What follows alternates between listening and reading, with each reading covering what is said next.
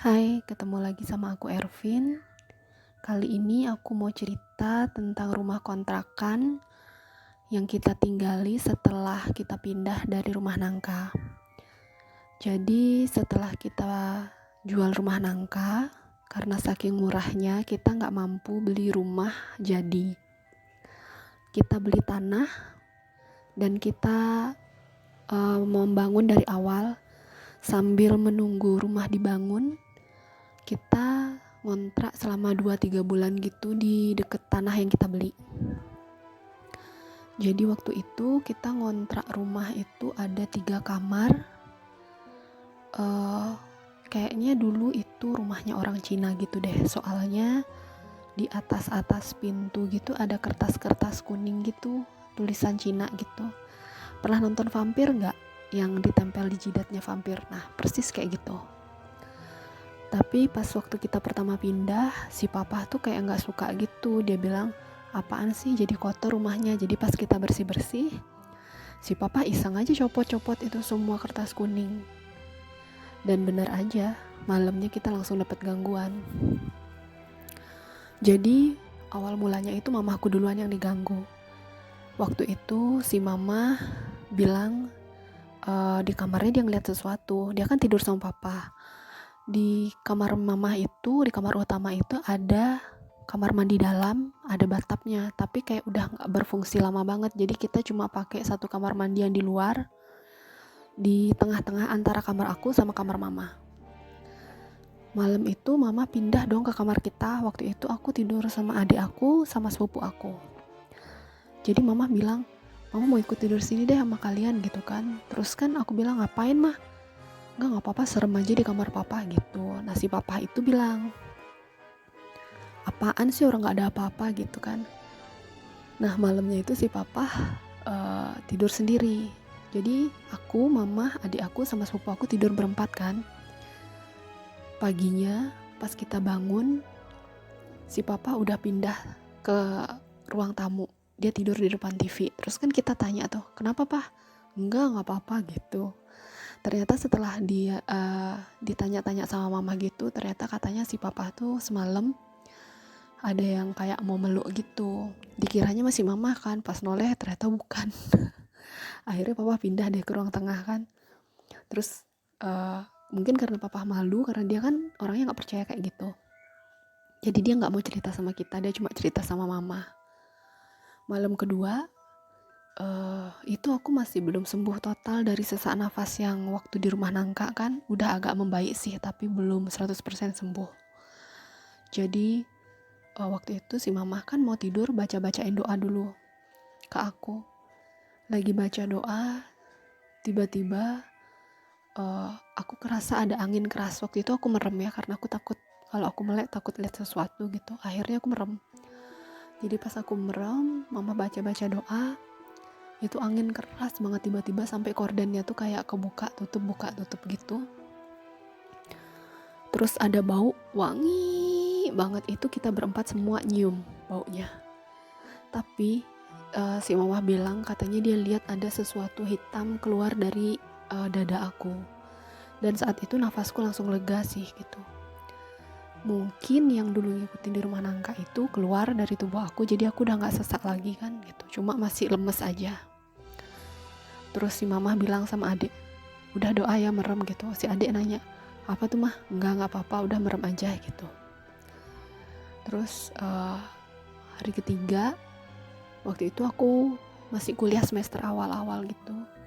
Jadi aku mau mandi sendirian di rumah. Jadi aku habis pulang dari rumah teman tuh ceritanya.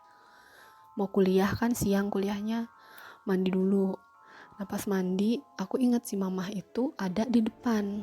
Ternyata si mamah itu pergi sama temennya, tapi dia pamit itu aku gak dengar karena kan aku mandi. Tiba-tiba mati dong lampu kamar mandinya. Terus kan aku marah-marah tuh, mama ngapain sih matiin lampunya? Terus aku keluar, nyalain lampu, mandi lagi. Ternyata aku baru sadar kalau waktu itu aku di rumah sendirian dong. Terus lagi sabunan, mati lagi. Keluarlah aku lagi, nyalain lagi lampunya. Terus lagi mau bilas lagi, mati lagi. Akhirnya aku kesel kan, aku buka aja pintu kamar mandinya. Aku mikir, sendirian ini di rumah, nggak ada yang lihat ini. Akhirnya aku buka, lampunya nyala. Giliran lampu nyala, airnya mati. Itu bener-bener nyebelin banget. Akhirnya aku bilang dalam hatiku, aku di sini mau mandi, mau buru-buru kuliah, tolong jangan ganggu aku. Udah itu aja niatku. Terus aku doa gitu dalam hati, airnya nyala lagi kan. Mandilah aku. Terus pas waktu mama mau masak, ini kan sebenarnya dapurnya di luar, tapi itu kayak udah lama banget nggak fungsi. Jadi mama nggak mau pakai kan, mama pakai kompor listrik gitu. Kita masak di dalam. Pas masak itu kita lihat kayak yang di tembok-temboknya itu ada bercak-bercak merah gitu, nggak tahu sih ya. Terus kita sempat bercanda gitu, jangan-jangan pernah ada yang mau mati lagi di sini gitu kan. Terus mama bilang, nggak usah ngomong yang aneh-aneh gitu kan. Terus pas papa mau nyalain lampu ke atas, pas maghrib gitu, di atas kan kosong, nggak ada yang nempatin. Itu si papa tuh kaget, terus teriak gitu. Dia bilang, kenapa sih pak gitu kan? Enggak, papa kira apaan, ternyata patung Buddha. Ada patung Buddha di atas kecil gitu, dia kayak celengan gitu kan. Terus papa tuh kaget, dia pikir katanya tuyul atau apa gitu. Terus kan kita ketawa tuh, kenapa sih papa jadi takutan, padahal kan kemarin-kemarin gak percaya gitu kan. Terus aja kita dapat gangguan, akhirnya kita nggak betah kan. Akhirnya waktu tanah yang kita beli itu dibangun sudah setengah jadi, akhirnya kita maksain pindah deh ke rumah baru. Walaupun waktu itu belum 100% jadi, masih 50%, belum dicat, belum di plafon, baru sebagian doang. Akhirnya kita pindah. Tapi gangguannya nggak cuma sampai di situ. Waktu pertama aku pindah ke rumah yang baru setengah jadi itu, aku tidur menghadap ke kanan. Kasur aku itu pendek banget kan. Jadi pas aku melek, tiba-tiba di depan aku ada poci. Tapi cuma setengah badan gitu. Muka dia tuh tepat banget di depan aku gitu. Sampai situ udah gak ada lagi kejadian apa-apa. Lama ya, kayak berapa bulan kemudian itu adikku sih yang ngalamin. Jadi dia kayak ngelihat kembaran aku gitu katanya.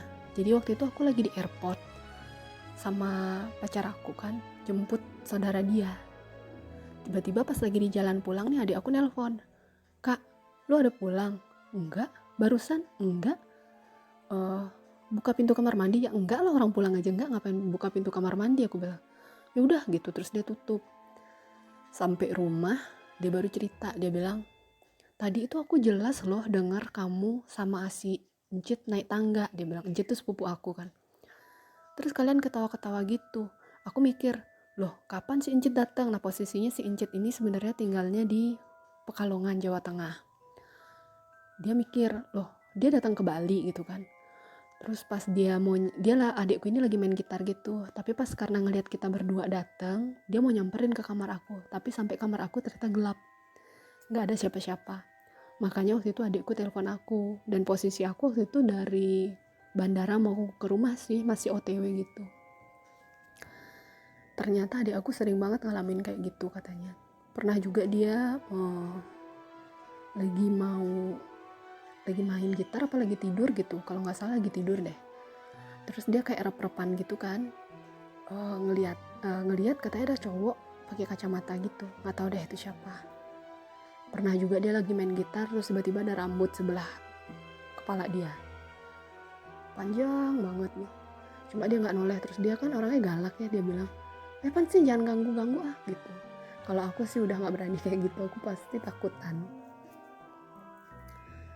Sebenarnya masih banyak banget sih, tapi sejak itu udah nggak ada kejadian-kejadian lagi. Masih banyak, cuma kecil-kecil lah, kayak misalnya kita naruh sesuatu terus hilang tiba-tiba, beberapa hari kemudian barang yang kita cari ada lagi di tempat semula. Udah kayak gitu-gitu aja, cuma nggak ada ngeliat penampakan lagi. Sampai akhirnya sebulan sebelum aku nikah tuh ada kejadian yang penari malam, mungkin kalian udah dengerin sebelumnya. Kalau mau tahu kelanjutannya, langsung aja dengerin cerita aku yang penari malam. Sekian dulu cerita aku. Terima kasih.